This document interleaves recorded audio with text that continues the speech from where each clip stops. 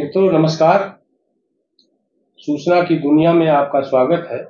मैं हूं डॉक्टर सुभाष चंद्र सिंह, राज्य सूचना आयुक्त उत्तर प्रदेश। जैसा कि आप देख रहे हैं, हर शनिवार को एक साक्षात्कार दिया जा रहा है और मैंने आपसे वादा किया था कि हर शनिवार को जो साक्षात्कार देंगे वह आरटीआई के किसी विशेषज्ञ का होगा, लाइन इंस्टीट्यूट वाइस चांसलर का होगा, किसी सूचना आयुक्त का होगा, किसी पूर्व सूचना आयुक्त का होगा। जो भी साक्षात्कार होगा वह आरटीआई के बारे में गहन जानकारी रखने वाले किसी विशेषज्ञ का होगा। मैं सूचना आयोग में अपने साथी सूचना आयुक्त श्री नरेंद्र श्रीवास्तव जी के साथ बैठा हुआ हूँ। बहुत पत्रकारिता का उनका बड़ा लंबा जीवन रहा। हम लोग साथ साथ काम कर चुके हैं। 1989 में पत्रकारिता में आए थे और तब से लगातार 30 वर्ष तक उन्होंने पत्रकारिता के विभिन्न आयामों में मुकाम किया। विशेष रूप से Uni, United news of India और हिंदुस्तान समाचार में वरिष्ठ पदों पर रहे और पत्रकारिता को एक नया आयाम दिया। आज मैं उनके साथ बैठा हूँ, उनसे विस्तृत साक्षात्कार आरटीआई पर करूंगा। साथ ही साथ एक ऐसा केस भी इनके पास था जिसमें इन्होंने सूचना न देने पर किसी पीआईओ को प्रतापगढ़ पॉलिटेक्निक में से सूचना मांगी गई थी। पीआईओ पर 25,000 का जुर्माना लगाया था और वह जुर्माने की माफी के लिए यहाँ रिकाल में आया। रिकाल में जब रिजेक्ट हो गया तो उसके बाद हाई कोर्ट गया। हाई कोर्ट ने उसको दोषी मानते हुए उसको 10,000 का जुर्माना अलग से लगा दिया। अब उसको आयोग में 10,000 रुपये जमा करना है। उसके बाद उसके रिकाल पर पुनः सुनवाई होगी। तो मैं नरेंद्र श्रीवास्तव जी का उनके ही कक्ष में बैठा हूँ और उनका मैं स्वागत करता हूँ और मैं चाहूँगा आरटीआई के संदर्भ में 4.5 साल का जो अनुभव उनको मिला हुआ है उस अनुभव के बारे में थोड़ा सा विचार साझा करें। नरेंद्र जी बताइए, आरटीआई में सूचना आयुक्त के रूप में 4.5 वर्ष करीब हम लोगों के बीत चुके हैं, तो क्या अनुभव है आपका आरटीआई मांगने वालों के बारे में और सूचना देने वालों के बारे में भी? संयुक्त रूप से जो अनुभव आपका हो वो हमारे दर्शकों से साझा करें। आरटीआई एक्ट को मैं बहुत पवित्र कानून मानता हूं निजी तौर पर, और जहां तक मेरा अनुभव है, जो 4.5 साल में काम करके मैंने रियलाइज किया है, उस आधार पर मैं कह सकता हूं कि बहुत सारे लोगों को इसका लाभ मिलता ही रहता है। कुछ केसेस ऐसे हमारे यहां आए हैं जिनके बारे में समाज का स्तर भी पता चला है। समाज के सभी लोग ऐसे तो नहीं हैं, लेकिन कुछ लोग ऐसे हैं जिनके बारे में उन प्रकरणों को देखने के बाद लगता है कि अभी बहुत ही सुधार की जरूरत है। जैसे मैं आपको एक घटना बताऊं, ये प्रतापगढ़ नगर पालिका का मामला है। एक लड़की 26-27 साल की उम्र में विडो हो गई। 2018 में उसके पति की मृत्यु हुई थी। जैसा उसने बताया था, उसके बताने के अनुसार उसके हस्बैंड की एक्सीडेंट में डेथ हुई थी। तो उसने नगर पालिका में अप्लाई किया कि हमारे हस्बैंड का डेथ सर्टिफिकेट दे दिया जाए। 4 साल लग गए, ना उन्होंने डेथ सर्टिफिकेट दिया और ना उन्होंने यह बताया कि डेथ सर्टिफिकेट क्यों नहीं दे रहे हैं, क्या लीगल प्रॉब्लम है। मेरे कोर्ट में जब ये मामला आया, मेरे सुनवाई कक्ष में जब ये मामला आया, तो मैंने डिपार्टमेंट से यही कहा, नगर पालिका वालों से यही कहा कि कोई भी कानून यह नहीं कहता है कि आप कानून के इतर जा करके किसी को कागज उपलब्ध कराएं, किसी को सर्टिफिकेट उपलब्ध कराएं, लेकिन आप नहीं दे रहे हैं, नहीं दे पा रहे हैं, यह कारण भी आपको बताना चाहिए। 4 साल तक उस लड़की को टहला रहे हो आप, ये ठीक नहीं है। मैंने कहा कि हाँ, कुछ वैधानिक अड़चन होगा, वैधानिक अड़चन भी हो सकता है। मैंने डिपार्टमेंट के लोगों से कहा कि वैधानिक अड़चन भी हो सकता है, तो वही वैधानिक अड़चन को आपको 30 दिन के अंदर बता देना चाहिए था। बिल्कुल। आपने वैधानिक अड़चन भी नहीं बताया और उसको उसके पति का डेथ सर्टिफिकेट भी नहीं दिया। तो उस पर जो आरटीआई एक्ट ने कमिश्नर्स द्वारा दंडित किए जाने का जो अधिकार कमिश्नर को मिला है, उसका प्रयोग करते हुए मैंने उन लोगों को दंडित किया। और मुझे इस बात की खुशी है कि पीआईओ जो थे वहां पर, शासन ने उनको इस केस के बाद हटा भी दिया था वहां से। उसके बाद क्या हुआ मुझे पता नहीं है, क्योंकि हम लोगों का काम यहीं तक सीमित है। किसी मामले में किसी के पीछे पड़ना ये हम लोगों का काम नहीं है। अच्छा, एक अनुभव हमारा है, जैसे आपने प्रतापगढ़ की घटना बताई नगर पालिका की, हमारा भी अनुभव है कि सामान्य रूप से पीआईओ यानी जन सूचना अधिकारी तो सूचना देना चाहते ही नहीं, और प्रथम अपील अधिकारी सुनते नहीं है। ये हमारा अपना अनुभव है। क्या इस बारे में आपका भी वही अनुभव है जो हमारा है कि पीआईओ सूचना देना ही नहीं चाहते, जबरदस्ती सूचना देने के लिए उसको उनको बाध्य करना पड़ता है?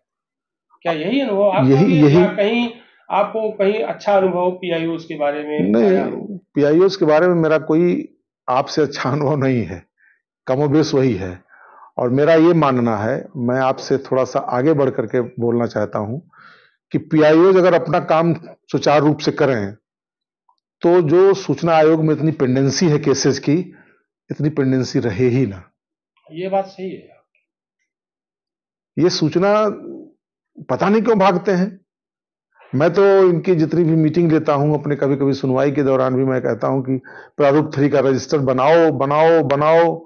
कुछ लोगों ने बना लिया है, कुछ लोगों ने अभी तक नहीं बनाया है।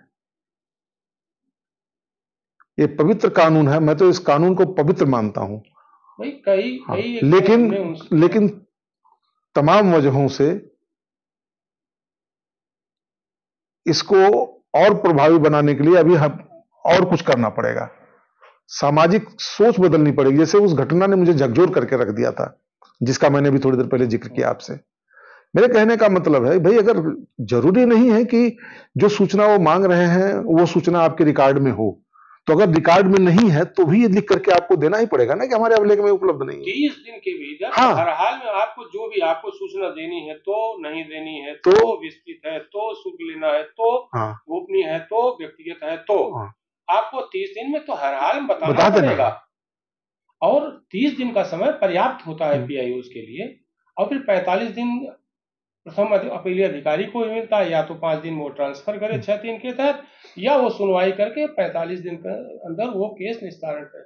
ये अनुभव मेरा भी है कि अगर जन सूचना अधिकारी समय से सूचना दे या सूचना दे से मना भी करे तार्किकता के साथ, और प्रथम अपीली अधिकारी सुने, मुझे लगता है कि आयोग में 50% से अधिक केसेस कम हो जाएंगे। केवल उन्हीं की लापरवाही कारण इतने सारे केस हम लोगों को जो है सुनने पड़ते हैं। और एक टेंडेंसी और निकली है इधर, मैंने जो रियलाइज किया है, जब हमने ज्वाइन किया था यहाँ, तो कंप्लेंट के केस अपेक्षाकृत कम आते थे, अपील ज्यादा होती थी।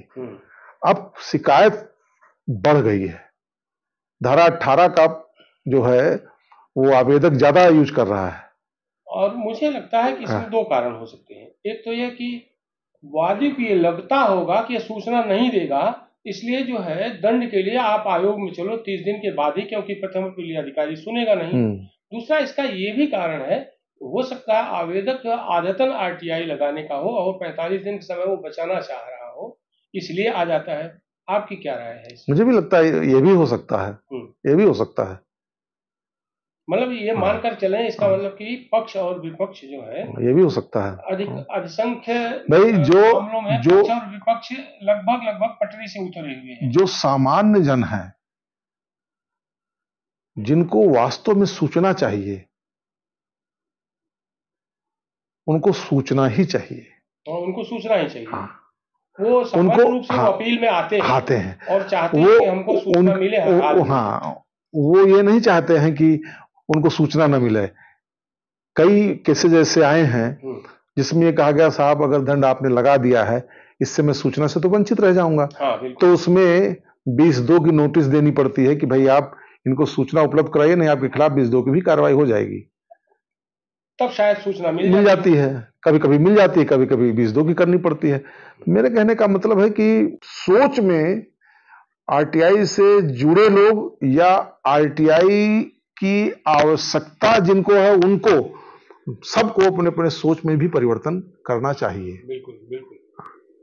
अच्छा, एक अभी समाचार पत्रों में भी छपा था एक खबर, और आपने भी चर्चा की थी कि प्रतापगढ़ में किसी जन सूचना अधिकारी पर आपने सूचना न देने के कारण 25,000 का जुर्माना लगाया, फिर आपके पास रिकॉल में आया, रिकॉल आपने रिजेक्ट किया क्योंकि तब तक वो सूचना नहीं दिया था, फिर वो हाई कोर्ट चला गया स्टे के लिए, तो हाई कोर्ट ने उस पर 10,000 का जुर्माना लगा दिया और उसने कहा कि आयोग में पहले आप उसको जमा करिए, फिर उसके बाद आयोग आपको सुने। और उन्होंने एक महीने के भीतर जो है इसके निस्तारण का भी निर्देश दिया हाई कोर्ट ने। ये पूरा मामला क्या है? एक अरुण तिवारी जी हैं, उन्नाव जिले के हैं जी। उन्होंने प्रतापगढ़ के पॉलिटेक्निक के पीआईओ से, प्रिंसिपल ही पीआईओ होता है, जन सूचना अधिकारी होता है, उससे सूचना मांगी थी। एक दो बिंदु मुझे याद है, जैसे छात्रों की संख्या की बात की थी और 4-5 बिंदुओं की सूचना थी। तो पीआईओ ने सूचना नहीं दी,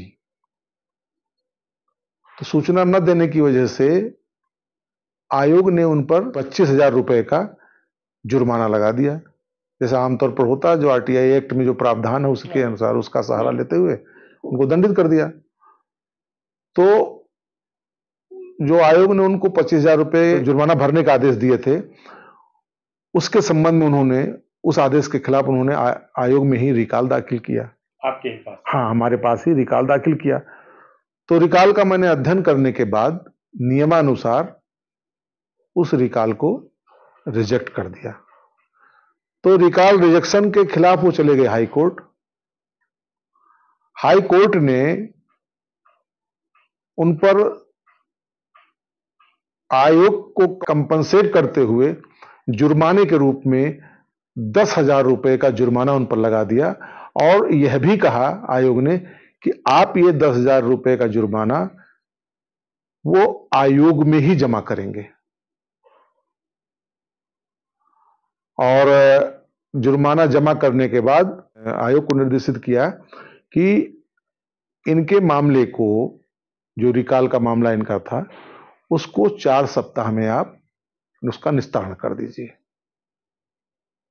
तो मतलब हाई कोर्ट ने बहुत गहराई से इस मामले को लिया, बहुत गंभीरता से लिया। हाई कोर्ट ने पाया कि वास्तव में पीआईओ ने इसमें सूचना नहीं दी, सूचना दिया जाना जरूरी था, यानी 30 दिन में सूचना नहीं मिली। और हाई कोर्ट को ये लगा कि इसको सूचना हर हाल में देनी चाहिए। मुझे जो बताया गया है, मुझे सटीक जानकारी तो नहीं है, लेकिन आयोग के लोगों ने और आरटीआई से जुड़े विशेषज्ञों ने, कुछ अधिवक्ताओं ने जो आरटीआई देखते दाखते हैं, उन लोगों ने बताया कि 2005 के बाद माननीय उच्च न्यायालय का इस तरह का पहला आदेश है। निश्चित तौर पर हमारी जानकारी में भी है इस तरह की बात। तो ये आयोग के लिए फक्र की बात है। हम सभी सूचना आयुक्तों को लिए गर्व की बात है। हाँ, कि कम से कम जो है हाई कोर्ट ने हमारी अथॉरिटी को और मजबूत किया है। और इससे वो लोग, मैं ऐसा मानता हूं, हो सकता है कि ऐसा ना हो जो मैं सोच रहा हूं, जो भी मान रहा हूं, मेरा मानना यह है कि माननीय उच्च न्यायालय के इस आदेश से जो बात बात में हाई कोर्ट जाते हैं, बिल्कुल वो डिमोरलाइज होंगे, निश्चित डिमोरलाइज होंगे।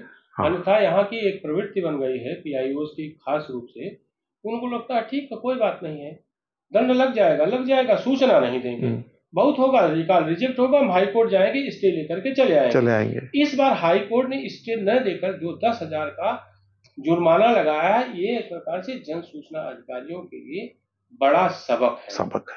और आपका बहुत बहुत धन्यवाद करते हुए मैं एक बात और कहना चाहूंगा विभागीय लोगों को कि ये आरटीआई कानून जो है, आरटीआई एक्ट जो है, ये महज एक कानून नहीं है। बिल्कुल। ये जो पीड़ित लोग हैं, बहुत परेशान लोग हैं, दुखी लोग हैं समाज के, उनके लिए एक सहारा है। तो थोड़ा सा अगर इसको आप आध्यात्मिक दृष्टि से देखें तो पीआईओज उनको सूचना उपलब्ध कराएं जो उनके रिकॉर्ड में है, तो वो पुण्य के भी भागी बनेंगे। बिल्कुल पुण्य के भागी बनेंगे। लेकिन ऐसा सोचता कहाँ है सरकारी अधिकारी कर्मचारी?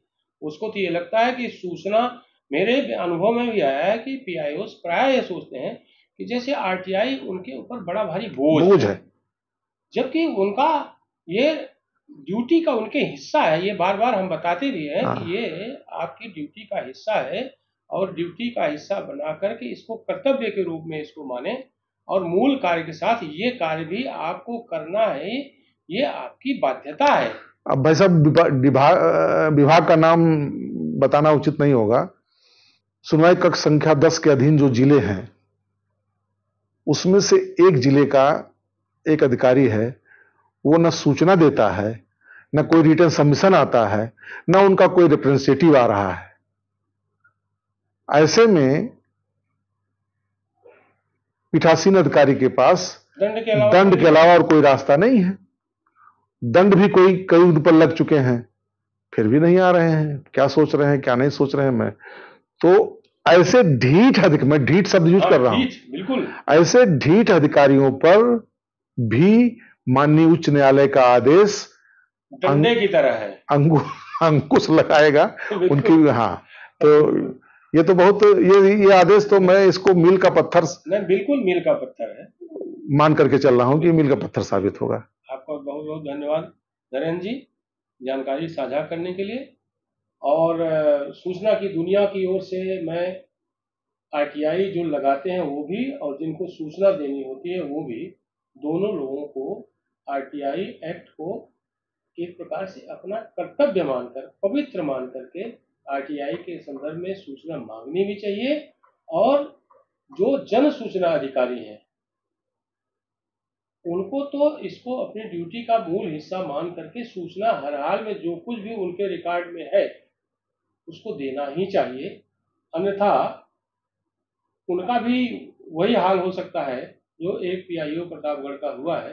अगर वो हाई कोर्ट जाएंगे तो हाई कोर्ट उनको जो है पुनः जो है यहाँ वापस भेज सकता है। आप इस YouTube चैनल को लाइक करिए, सब्सक्राइब करिए, कमेंट करिए और शेयर जरूर करिए।